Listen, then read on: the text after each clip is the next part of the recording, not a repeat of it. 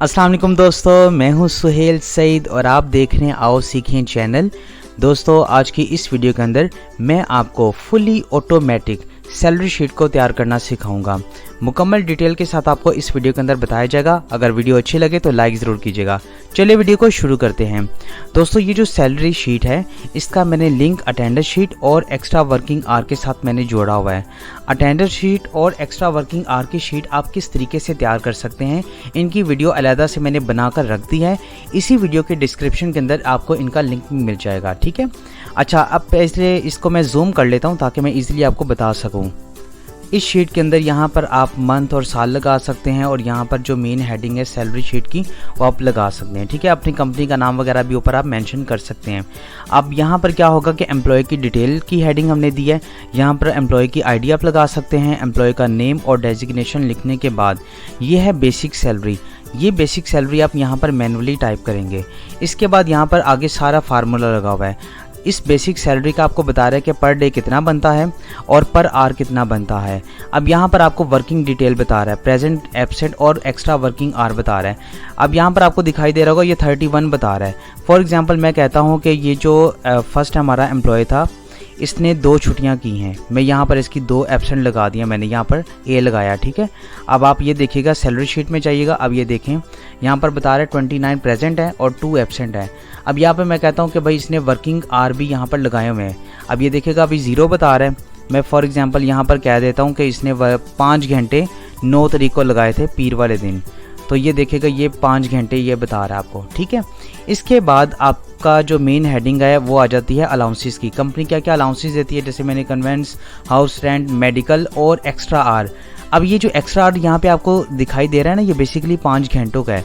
अब मैं यहाँ से 5 जो है यहाँ पे रिमूव करता हूँ। अब ये देखिएगा सैलरी शीट में यहाँ पर 0 बता रहा है, ठीक है। तो जो एक्स्ट्रा आवर लगते जाएंगे वो यहाँ पर सम होता जाएगा, यहाँ पर सम होगा और उन सम की जो अमाउंट है वो आपको यहाँ पर ये बताता चला जाएगा अलाउंसेस के अंदर, ठीक है। इसके बाद नेक्स्ट स्टेप हमारा होगा डिडक्शन का।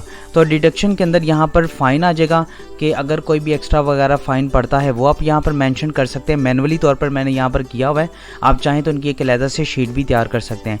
इसके बाद है एब्सेंट फ़ाइन। अब ये देखेगा 3000 एब्सेंट का फ़ाइन बता रहा है। क्यों? क्योंकि इसने 2 छुट्टियाँ की हुई हैं और सैलरी के हिसाब से वो बता रहा है। फॉर एग्जाम्पल मैं कहता हूँ भाई इसने छुट्टी कोई भी नहीं की और ये प्रेजेंट था, ये मैंने पी लगा दिया, ठीक है। अब आप देखिएगा अब यहाँ पर आपको एब्सेंट फ़ाइन कितना बता रहा है, 0, ठीक है। उसके बाद है एडवांस। अगर किसी ने लिया हो तो आप वो भी मैनुअली टाइप कर सकते हैं यहाँ पर। लेकिन अगर आप मैनुअली टाइप नहीं करना चाह रहे, आप डेली किसी ना किसी को अलाउंस जो एडवांस है वो देते रहते हैं, तो आप उसकी एक अलग से शीट भी तैयार कर सकते हैं, ठीक है। इसके बाद यहाँ पर मैंने टैक्स का मेंशन किया है।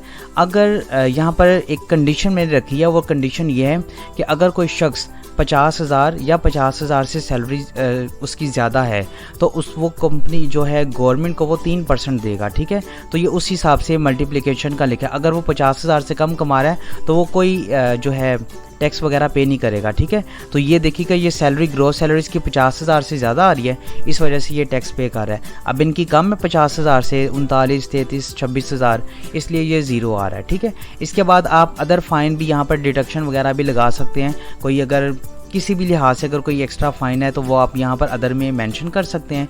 इसके बाद आपको यहाँ पर बता रहा है कि टोटल डिडक्शन कितनी हुई है और टोटल डिडक्शन के बाद जो ग्रोस सैलरी है वो कितनी बनती है और टोटल फिर जो नेट सैलरी, जो पेएबल सैलरी है वो यहाँ पर आपको बता देगा, ठीक है। तो इस तरीके से ये जो शीट है ये काम कर रही है। और ये जो अलाउंसेस है ये भी आपको थोड़ा सा बता दूँ डिटेल में। अलाउंसेस का मैंने लिखा हुआ है कि जो बेसिक सैलरी है उस सैलरी अगर किसी की 30,000 से ज़्यादा सैलरी है तो उसको कितना अलाउंस मिलेगा और 30,000 से कम है तो वो कितना अलाउंसेस मिलेगा। तो ये भी सारा फार्मूले के ज़रिए हमने यहाँ पर देख सकते हैं, इफ़ का फार्मूला यूज़ किया है। तो ये फार्मूले के अकॉर्डिंग आप इसको डिस्क्राइब कर सकते हैं, ठीक है। तो अब प्रॉपरली वीडियो को शुरू करते हैं शीट बनाकर। तो सबसे पहले आप एक न्यू शीट ओपन करेंगे। न्यू शीट ओपन करने के बाद ये ब्लैंक शीट है, इसके अंदर जितनी भी डिटेल है अब वो हम सारी यहाँ पर मेंशन करेंगे। सबसे पहले एम्प्लॉय की डिटेल लिखेंगे। एम्प्लॉय की डिटेल की जो हेडिंग है अब वो देने के बाद एम्प्लॉय की डिटेल के अंदर 3 चीज़ें आएंगी। एक उसका आईडी आ जाएगा, एम्प्लॉय का नेम और डेजिग्नेशन। अब ये हम टाइप करेंगे। ये तीनों टाइप करने के बाद अब ये देखेगा, इसको हम थोड़ा सा यहाँ पे एडजस्ट करवा देते हैं, ठीक है।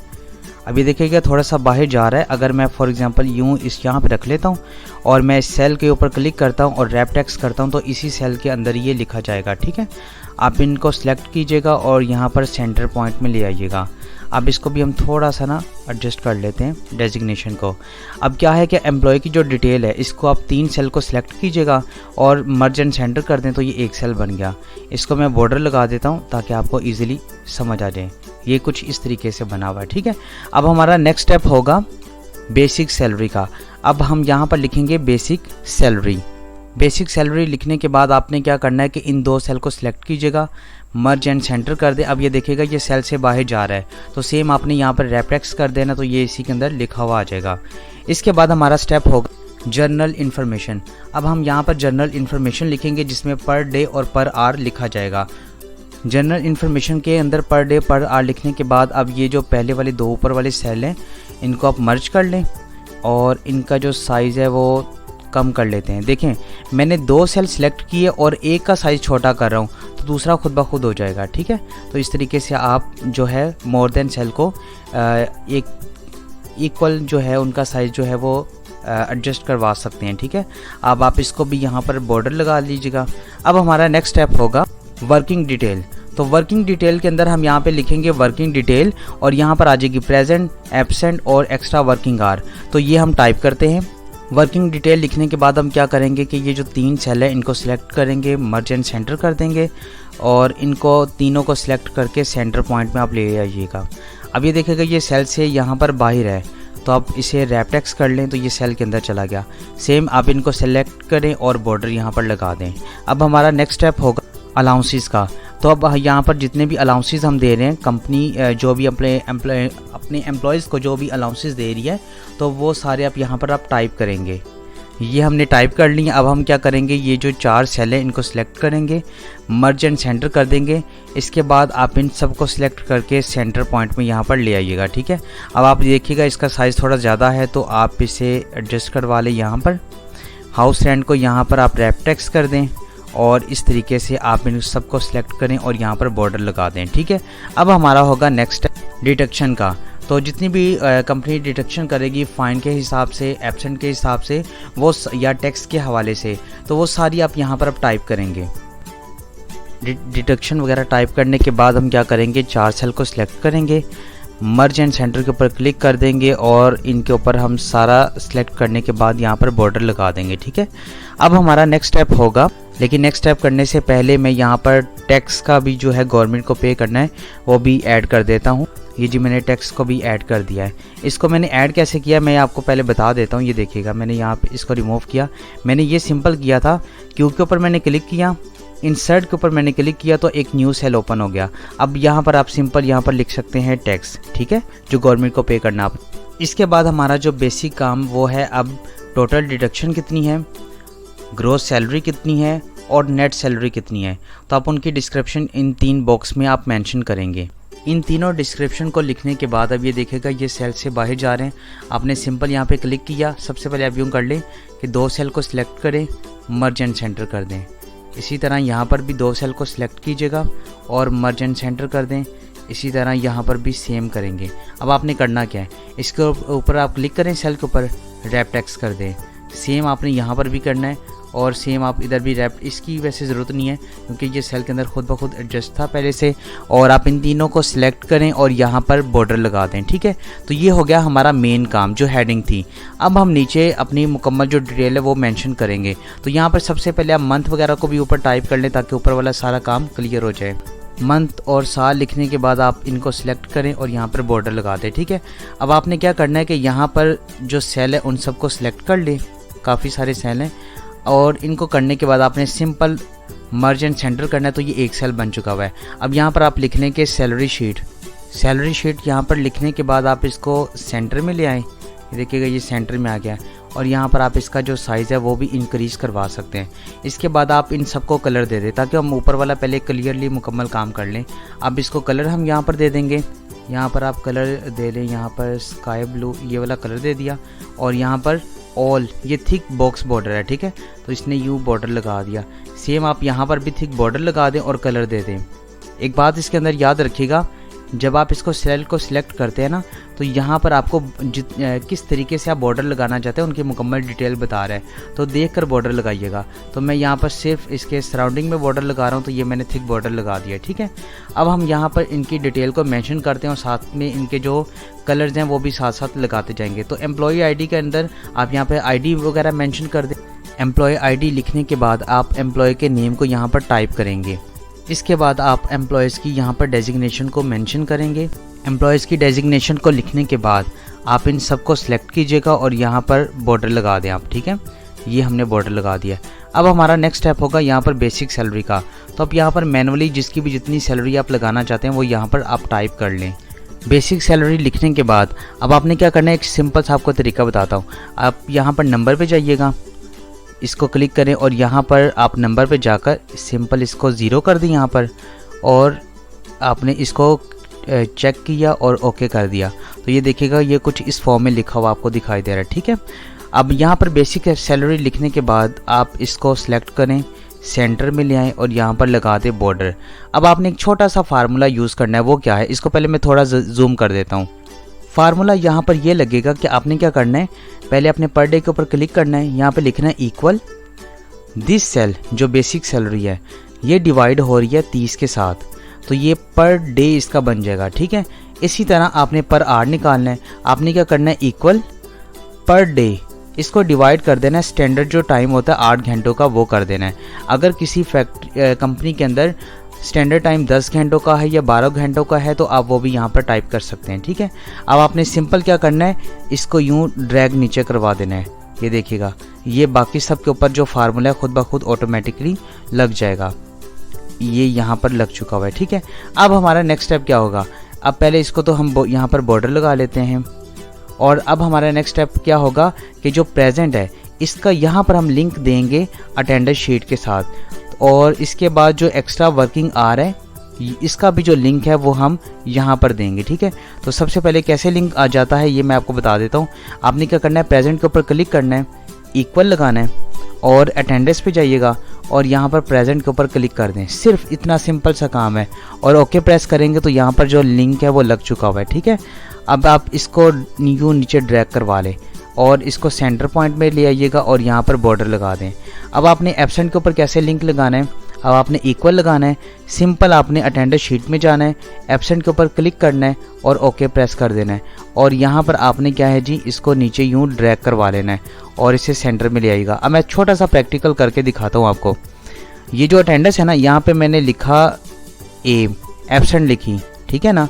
अब आप देखिएगा शीट के अंदर यहाँ पर 2 एब्सेंट आपको बता रहा है, 29 डेज बता रहा है। फॉर एग्जांपल मैं कहता हूँ यहाँ पर मज़ीद कुछ और एब्सेंट यहाँ पर लगा देते हैं। ठीक है जी, यहाँ पर मैंने मज़ीद कुछ एब्सेंट लगा दिए एक्स्ट्रा से। अब आप यहाँ पे शीट पे जाकर देखिएगा वो आपको बता रहे हैं 4 एब्सेंट है, 27 दिन वो आया हुआ है। ठीक है, आपने सिंपल इसको भी यहाँ पर बॉर्डर लगा देना है, ये बॉर्डर हमने लगा दिया। इसके बाद आपका नेक्स्ट स्टेप होगा एक्स्ट्रा वर्किंग आवर, इसको भी थोड़ा सा ना एडजस्ट करवा लें, ये चीज़ बन गई। अब आपने यहाँ पर लिंक कैसे लगाना है, सिंपल आपने इक्वल पे जाना है और एक्स्ट्रा वर्किंग आवर पे जाकर यहाँ पर लास्ट में ना ये यहाँ पर आपने एंटर प्रेस कर देना है। बस सेल को सिलेक्ट करके सिंपल आपने एंटर प्रेस करना है, तो जो लिंक है वो यहाँ पर जुड़ जाएगा। ठीक है ना, तो इस तरीके से ये लिंक लगेगा। अब इसको आप क्या कर लें कि इसको सेंटर पॉइंट में ले आएँ, सिलेक्ट करने के बाद यहाँ पर और यहाँ पर आप कंप्लीट जो है वो बॉर्डर लगा लें। अब यहाँ पर है मेन चीज़ जो समझने वाली है, लेकिन सबसे पहले मैं ऊपर कलर दे देता हूँ ताकि आपको समझने में काफ़ी आसानी हो जाए। तो सिंपल आप यूँ क्लिक कीजिएगा और यहाँ पर जाकर इसको कोई भी आप कलर दे सकते हैं, जैसे ये मैंने आपके सामने जो है ना वो कलर दे दिया। ठीक है, इस तरह पहले मैं सारे कलर दे देता हूँ, उसके बाद आपको मैं डिटेल के साथ बताता हूँ। जी, पीछे मैंने जो है वो कलर दे दिए। अब अलाउंसेस के अंदर आप सिंपल कलर देने का तरीका कार ये होगा कि आप इनको अब सिलेक्ट कीजिएगा यहाँ तक, और यहाँ पर जो भी आप कलर रखना चाहें वो दे सकते हैं। अब यहाँ पर अलाउंसेस के अंदर अब हमारा है मेन काम, थोड़ा सा मैं जूम आउट कर देता हूँ। अब इसको समझने के लिए यहाँ पर एक कंडीशन हम लगाएं, और वो कंडीशन क्या है, मैंने आसानी के लिए मैंने ना पहले से यहाँ पर एक कंडीशन बनाकर रख दी है। ठीक है, अब मैं कंडीशन ये लगाता हूँ अलाउंसेस के ऊपर कि मैं कहता हूँ कि अगर किसी एम्प्लॉय की जो सैलरी है वो 30,000 से ज़्यादा है या 30,000 है तो वो 3% उसको कंपनी अलाउंसेस देगी। अगर किसी की सैलरी 30,000 से कम है तो फिर उसको 1.5% अलाउंसेस मिलेगा।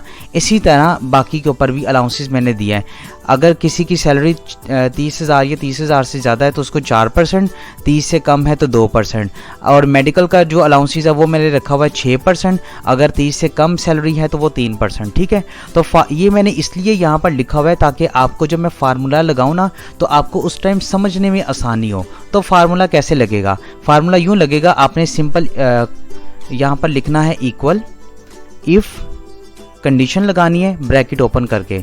अब आपने क्या करना है, इफ़ जो बेसिक सैलरी है, ठीक है, अब मैं आपको दोबारा से बता देता हूँ, ये आप देख सकते हैं, समझ आ रहा है ना, ये बेसिक, ये जो सैलरी है 30,000 से अगर ज़्यादा है या बराबर है तो उसको 3% मिलेगा। अब आप यहाँ पे दोबारा लिखें इक्वल, इफ़ ब्रैकेट ओपन, अगर बेसिक सैलरी बड़ी है या बराबर है किससे, 30,000 रुपये से, यहाँ पे मैंने लिख दिया, तो फिर क्या होगा, जो बेसिक सैलरी है उसको हम मल्टीप्लाई करेंगे 3% के साथ, यानी उसको कंपनी 3% यहाँ पर देगी। ठीक है, यहाँ पर मैंने 3% लिख दिया।